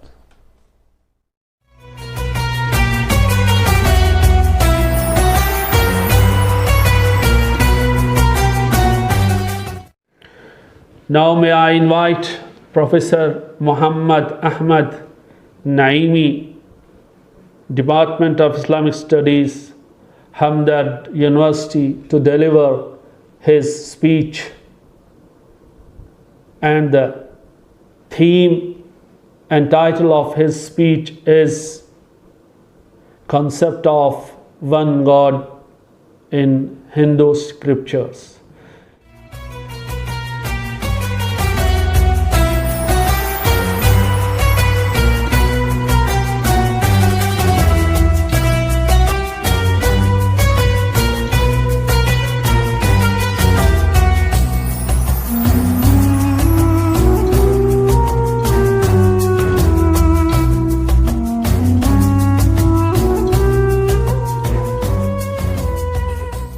मोहतरम सामईन व नाज़रीन, अस्सलामु अलैकुम व रहमतुल्लाहि व बरकातुहू। मोहतरम सामईन, आज मेरी गुफ्तगू का उन्वान है हुनूद के माबूद, एक तहक़ीक़ी जायज़ा। हज़रात, हिंदू किसकी पूजा करते हैं और किसको अपना खुदा या माबूद तस्लीम करते हैं, ये एक बहुत ही पेचीदा मसला बल्कि एक मुअम्मा है। इसलिए कि हिंदू किसी भी खुदा या माबूद के मुनकिर भी नज़र आते हैं, एक खुदा को मानने का भी दावा करते हैं, लातादाद खुदाओं के सामने भी अपना सर झुकाते हैं, और 3 खुदाओं की भी बंदगी करते दिखाई देते हैं और उनको अपना माबूद ख़ास करार देते हैं। यानी हिंदू एक ईश्वर को भी मानते हैं और करोड़ों देवी देवताओं को भी। वो गैर मुजस्सम खुदा की पूजा और बंदगी कर सकते हैं और मुजस्सम खुदा की भी। वो ब्रह्मा की इबादत कर सकते हैं और विष्णु और शिव की भी। वो राम और कृष्ण की पूजा कर सकते हैं और बाकी दीगर अवतारों की भी। इसके अलावा वो किसी भी देवी देवता को अपनी अक़ीदत के फूल चढ़ा सकते हैं। ये उसकी अपनी मर्ज़ी और ख्वाहिश पर मौक़ूफ़ है। वो एक साथ कितने ही देवी देवताओं की बंदगी कर सकता है, उस पर किसी तरह की मजहबी पाबंदी नहीं है। ये आज़ादी हिंदू धर्म की एक बहुत बड़ी खुसूसियत व खूबी तस्लीम की जाती है, जो दीगर किसी मज़हब में नहीं पाई जाती। जो शख्स मंदिर में जाकर कृष्ण या राम की आरती करता है, वो दूसरी जगह मंदिर में जाकर शिव पर भी जल चढ़ाता हुआ नज़र आता है और आर्य समाज में जाकर वेदों के दर्स भी सुनता दिखाई देता है। चुनाचे डॉक्टर प्रभाकर माचवे और सुरेंद्र नारायण दफ्तवार, जो कि एक बहुत मशहूर ज़माना किताब है विभिन्न धर्मों में ईश्वर की कल्पना, इसके मुसन्निफ़ हैं, वो लिखते हैं कि हिंदू धर्म में शंकर के हर वस्फ से बाला खुदा ब्रह्म और रामानुज के हर वस्फ से मुत्तसिफ सगुण खुदा दोनों को तस्लीम किया गया है, दोनों मसावी तौर पर सही हैं। ये भक्त और पुजारी पर मुनहसर करता है कि वो औसाफ से मुत्तसिफ खुदा की पूजा करे या औसाफ से आरी ईश्वर की पूजा करे। इन दोनों में कोई फ़र्क नहीं है। ये दोनों दो मुख्तलिफ नज़रियात से हक़ हो सकते हैं। साथ ही जिस तरह से ईश्वर का तसव्वुर किया जाता है, इस तरह से इसका दुनिया के साथ ताल्लुक़ होता है। अगर वो वस्फ़ वाला खुदा है तो वो खालिक़े कायनात कहलाता है, यानी ब्रह्म कहलाता है। परवरिश करने वाला विष्णु और ख़ात्मा करने वाला शिव कहलाता है। लेकिन अगर वो वस्फ़ से आरी है, औसाफ से खाली निर्गुण खुदा है, तो हर मामले में जद्दोजहद से ऊपर और हद बदली से जुदा है। हिंदू धर्म का सार्वभौम तत्व में यही बात स्वामी अनन्यानंद कहते हुए नजर आते हैं कि हिंदू धर्म आला हक परम सत्य को शख्सी और गैर शख्सी दोनों मानता है। गैर जानिबदार हुकूमत सिर्फ गैर मुजस्सम ही नहीं बल्कि मुजस्सम साकार भी है। ज़ाती व शख्सी ईश्वर के लिए ज़रूरी है कि उसके ज़रिए इंसानी सतह पर खुदाई का इजहार हो। सिर्फ ईश्वर ने ही इंसान को अपनी तस्वीर और अक्स की सूरत में नहीं बनाया, बल्कि इंसान ने भी भगवान को अपने सांचे में ढाला है। इंसान ने ईश्वर को इंसानी जिस्म में आला सिफ़ात और मरातिब वाला बनाया है। ईश्वर को इंतहाई खूबसूरत, बेहद मेहरबान और बेहद मिसाल फ़रहत व निशात का पैकर कहा जाता है। ईश्वर फितरत प्रकृति का मालिक है। उसी से हर एक ज़माने में कायनात का वजूद और आखिर में फ़ना होता है। एक ही ईश्वर मुख्तलिफ़ शक्लों में तमाम मज़ाहिर को चलाता है।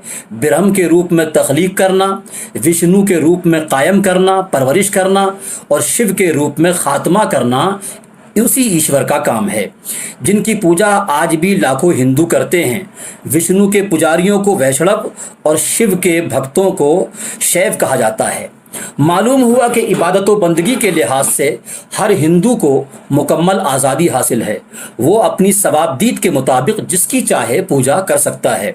मजहबी एतबार से उस पर कोई पाबंदी आयद नहीं होती। हद तो ये है कि वो उनकी भी पूजा कर सकता है जिन्होंने ज़िंदगी भर हिंदू धर्म को सफ़े हस्ती से नेस्तो नाबूद करने की बेइंतहा कोशिश की, और उनकी भी जिनका कदीम हिंदू मजहबी किताबों में कहीं कोई तज़किरा नहीं।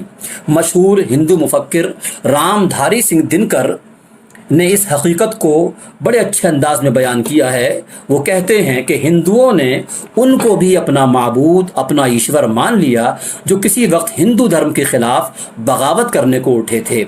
हमारे मजहबी फ़लसफ़ों में काफिराना नास्तिक फ़लसफ़ों की भी काफ़ी तादाद है और समाज में उनका भी एहतराम है। हमारे कदीम शायर ने रावण का भी तज़किरा अक्सर महात्मा जैसी सिफ़ात के साथ इज़्ज़त से किया है। ये सारी बातें बताती हैं कि इस मुल्क में शुरू से ही धर्म के मामले में बड़ी ही नरमी और लचीलापन अपनाया गया है। वो आगे लिखते हैं कि मुख्तलिफ कौमों के देवी देवताओं के आ मिलने की वजह से बहुत से देवताओं का मानना हिंदू धर्म का अटूट हिस्सा बन गया। इसलिए सब हिंदू किसी एक देवता को नहीं पूजते हैं। मुख्तलिफ देवी देवताओं के आने से उनकी अज़मत व बुज़ुर्गी की कहानियाँ भी पुराणों में आ मिली, जिससे पुराण भी किसी एक समत में इशारा करने में नाकाम हैं। हिंदू धर्म की कदीम तारीख़ और उसके मुहक्किकीन व मुफक्किरीन के मुताबिक वैदिक दौर में वेदों के ज़माने में मुख्तलिफ देवताओं के रूप में या मज़ाहिर फ़ितरत की सूरत में एक ही ईश्वर की पूजा की जाती थी। लेकिन बाद में उसमें बहुत सी तब्दीलियाँ हो गईं और ये अक़ीदा कायम हो गया कि हिंदू कौम के 3 बड़े खुदा हैं, 3 बड़े ईश्वर हैं और उसके बाद बहुत से देवी देवताओं और दरख्त, पानी, आग और पत्थर वगैरह की पूजा का भी रिवाज कायम हो गया, जो दरअसल कदीम हिंदू धर्म के बिल्कुल मनाफी है, बिल्कुल खिलाफ है। वेदों के अजीम दानिश्वर धर्मशास्त्र आचार्य कृष्णदत्त भट्ट इस बारे में लिखते हैं कि वैदिक दौर में ओम, ब्रह्मा, इंद्र और वरुण वगैरह के रूप में एक ही परमेश्वर की पूजा चलती थी। बाद में दुनिया की तख्लीक, मौजूदा हालत व क़याम और क़यामत को लेकर भगवान के, खुदा के ब्रह्मा, विष्णु और महेश रूप यानी 3 मूर्तियों की पूजा चल पड़ी। मिस्टर राय बहादुर उसूल धर्मशास्त्र में कहते हैं कि हिंदू धर्म के 3 बड़े खुदा ब्रह्मा जी, विष्णु जी और शिव जी हैं। हर देवता अपनी जगह पर अजीम और बड़ा है, इसलिए इन तीनों में से किसी एक की पूजा करना हिंदू धर्म का लाजमी हिस्सा है। इसी फिक्र ने आगे चलकर त्रिमूर्ति का तस्वुर दिया और ये कोशिश की गई कि चूंकि हर देवता का पुजारी अपने देवता को ही सबसे बड़ा तस्वुर करता है, सबसे बड़ा ख्याल करता है, इसलिए इन तीनों को यकजा करने और हिंदू कौम में इत्तेहाद पैदा करने का एक ही रास्ता है, एक ही तरीक़ा है, और वो ये कि इन तीनों देवताओं को इकट्ठा कर दिया जाए और उनमें से हर एक की अज़मत को, हर एक की महानता को मसावी तस्लीम किया जाए। चुनांचे इन तीनों देवताओं को मुत्तहिद करके उसे त्रिमूर्ति की शक्ल दे दी गई और इन सब को एक ही जिस्म के ज़रिए ज़ाहिर करके उस पर 3 अलहदा सर लगा दिए गए। वेदों को हिंदू धर्म का सबसे अहम बुनियादी सरचश्मा माना जाता है, लेकिन ये चारों मुक़द्दस वेद, ऋग्वेद, यजुर्वेद, सामवेद और अथर्ववेद भी बाज़ हिंदू अहले इल्म के नज़दीक मुकम्मल तौर से शिर्क, बुत परस्ती, पॉलीथीज़्म की तालीमात से आरास्ता हैं और आर्य समाज, ब्रह्म समाज और बहुत से हिंदू मुहक्किकीन, मजहबी मुफक्किरीन के मुताबिक वेद तौहीद, एकेश्वरवाद, मोनोथीज़्म या एकेश्वरवाद की तर्जमानी करते हैं। जो दानिश्वर हजरात कहते हैं कि वेद मुशरिकाना तालीम से मुज़य्यन है, उनका मानना है कि वेद या वेदी लोग मुख्तलिफ देवी देवताओं में अक़ीदा और यकीन रखते थे और अग्नि, मित्रा, इंद्र, वरुण वगैरह के रूप में बहुत से देवताओं की पूजा और जाप करते थे। बल्कि वेदों के बहुत से मंत्रों में न सिर्फ उनका तज़किरा किया गया है बल्कि उनकी तादाद भी बयान की गई है। चुनांचे यजुर्वेद में है कि देवता कुल 33 हैं, 11 ज़मीन पर, 11 आसमान पर और 11 ऊपर स्वर्ग में जन्नत में हैं। ऋग्वेद मंडल 3 सूक्त 9 मंत्र 9 में कुल तादाद देवी और देवताओं की 3340 बयान की गई है और ऋग्वेद मंडल 10 सूक्त 52 मंत्र 6 में भी यही तादाद जिक्र की गई है। इस तरह साबित होता है कि वेद मुशरिकाना तालीम से मामूर हैं, लेकिन जो हिंदू धर्म गुरु और आचार्य या वेदों के महान विद्वान, वेदों के बड़े बड़े आलिम वेदों या वेद की लोगों को मुवाहिद तस्लीम करते हैं, एकेश्वरवादी तस्लीम करते हैं, वो दलील देते हैं कि ये सब अलहदा खुदा नहीं बल्कि उसी एक ईश्वर के सिफाती नाम हैं जिनको अलग अलग खुदाओं का नाम दे दिया गया है या दिया जाता है। और यह हकीकत भी है क्योंकि बाद में इन देवताओं का लोगों पर कोई ख़ास असर नहीं रहा और ना ही आज इनका कोई वजूद नज़र आता है। जब हम वेदों के बाद हिंदुस्तान की जो बहुत अहम रूहानी मजहबी किताबें हैं उपनिषद, जब हम उपनिषद के दौर में आते हैं और उपनिषदों का मुताला करते हैं तो यहाँ पर हमें शिर्क, पॉलीथीज़्म भी तौहीद, मोनोथीज़्म यानी एकेश्वरवाद यानी तौहीद में बदलता हुआ नज़र आता है। उपनिषद ने 2 नए हिंदू फ़लसफ़ी निज़ाम पॉलीथीज़्म सिस्टम को भी जन्म दिया। एक है समाकार अद्वैता और दूसरा है रामानुज विश्व अद्वैता। पहले के मुताबिक ईश्वर निर्गुण है यानी उसकी कोई सिफत नहीं है, वो निर्गुण है, और दूसरे के मुताबिक खुदा दुनिया को चलाने वाला है और ये हर जगह मौजूद होता है और ये सगुण होता है यानी ईश्वर है और इसकी बहुत सी सिफात हैं और इसको ब्रह्मा के नाम से भी जाना जाता है। बाज़ हिंदू उलमा का ये भी मानना है कि खुदा ईश्वर का कोई रूप, रंग या आकार नहीं होता है और वो निराकार है।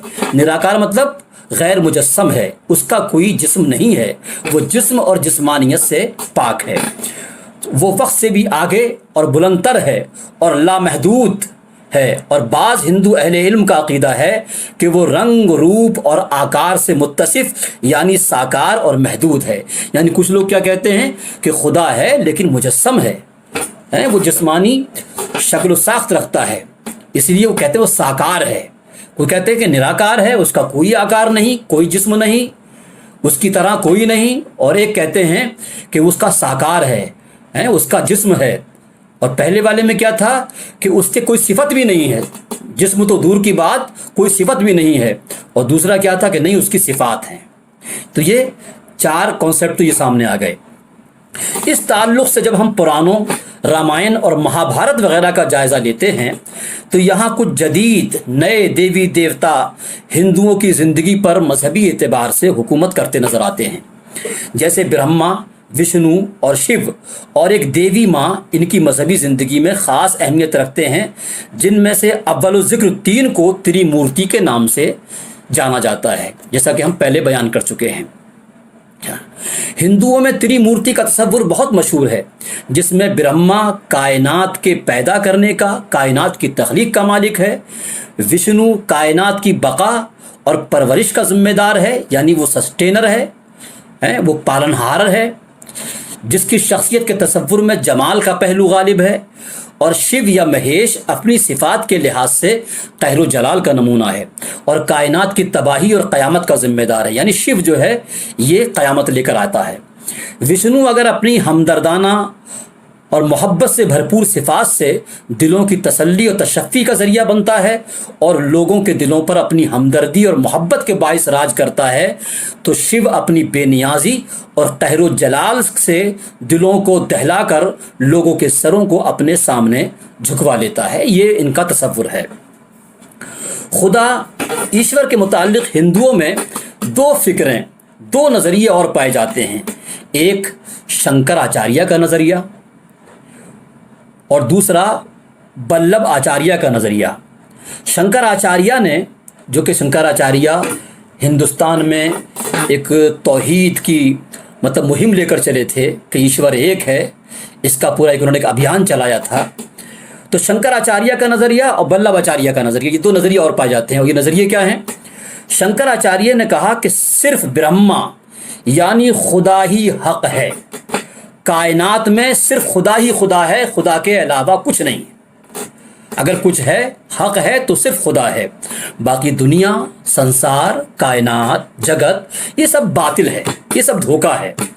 और वल्लभ आचार्य ने कहा कि जैसे मकड़ी अपने चारों तरफ जाला बुन लेती है, यही ब्रह्मा यानी खुदा, ईश्वर और कायनात के बाहमी ताल्लुक़ की हकीकत है। तमाम कायनात ब्रह्मा ही से निकलती है, यानी ये तमाम कायनात जो भी है किससे पैदा हुई? ईश्वर से पैदा हुई, ब्रह्मा से पैदा हुई। ये जैसे छोटी छोटी चिंगारियां आग से उड़ती हैं, इसी तरीके से तमाम आलम, देवता, अरवाह, हैवानी और तमाम जिंदा मखलूक़ात उसी ईश्वर से ज़ाहिर हुई हैं। मुंडक उपनिषद 1:1:7 में जिसको इस तरह बयान किया गया है कि जिस तरह मकड़ी बाहर से कोई चीज़ नहीं लेती, अपने अंदर से ही तारे निकालकर जाला बनाती है और आप ही उसमें खेलती है, वैसे ही ईश्वर ब्रह्मा अपने अंदर से ही आलम बनाकर, कायनात बनाकर, संसार बनाकर खुद आलम की शक्ल इख्तियार करके आप ही उसमें खेल रहा है।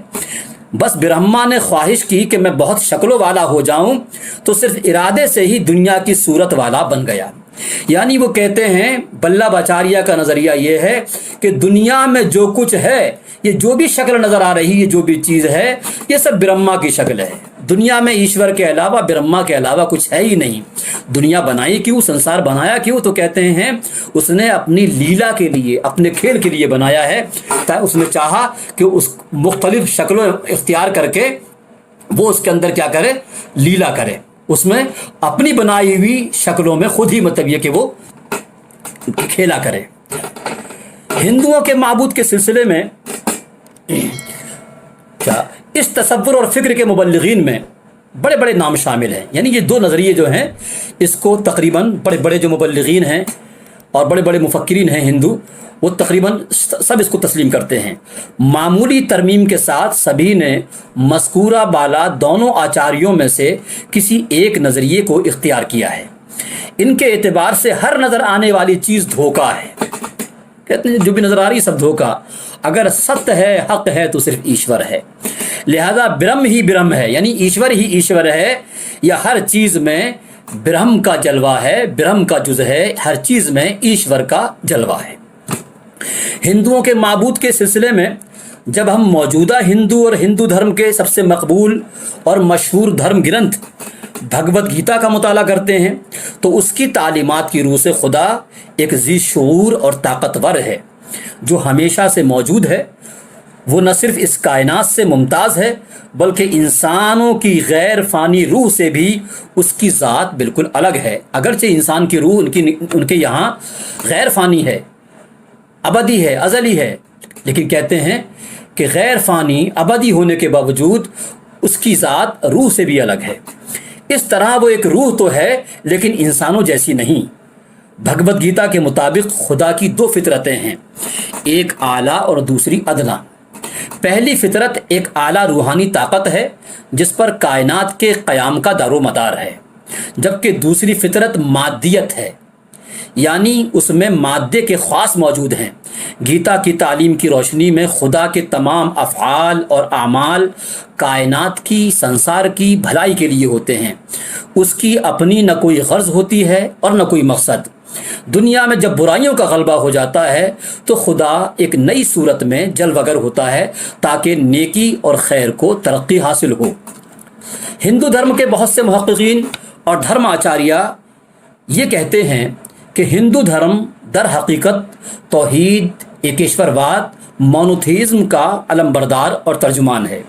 उनका कहना है कि हिंदू धर्म के तमाम देवता, बिलखुसूस ब्रह्मा, विष्णु और शिव, जिनकी अलहदा सिफ़ात और खुसूसियात का ज़िक्र हिंदू धर्म शास्त्रों में किया गया है, उनसे कोई ये ख्याल ना करे कि ये अलहदा खुदा या ईश्वर हैं, बल्कि सारे देवता, ख़ास तौर से ये तीनों एक ही ईश्वर के मुख्तलिफ सिफ़ाती नाम हैं, जिन सिफ़ात पर लोगों ने अलहदा देवी देवता बना लिए हैं। यानी जब वो पैदा करता है तो उसका नाम खालिक या ब्रह्मा होता है, तरबियत और परवरिश करने की वजह से उसको विष्णु या रब कहा जाता है, और वही फ़ना और क़यामत का मालिक है, इस वजह से उसको मुमीत या शिव कहा जाता है।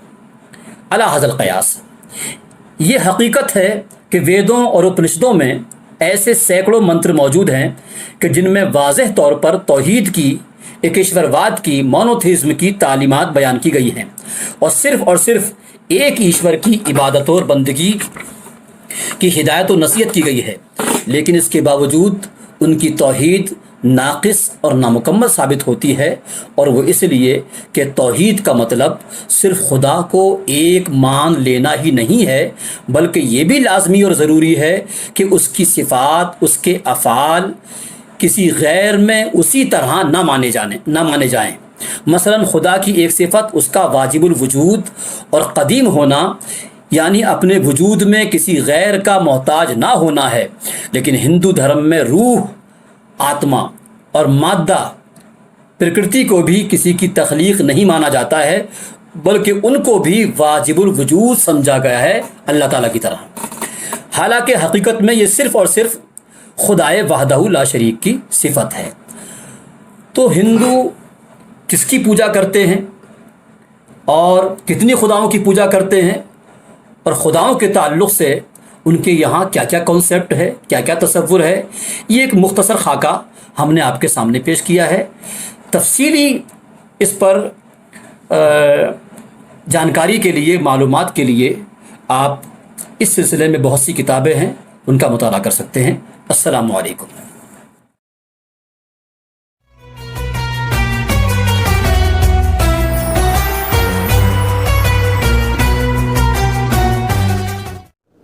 At the end of this program, I would like thanks to viewers and all those who provided technical support to conduct this webinar. Thank you so much.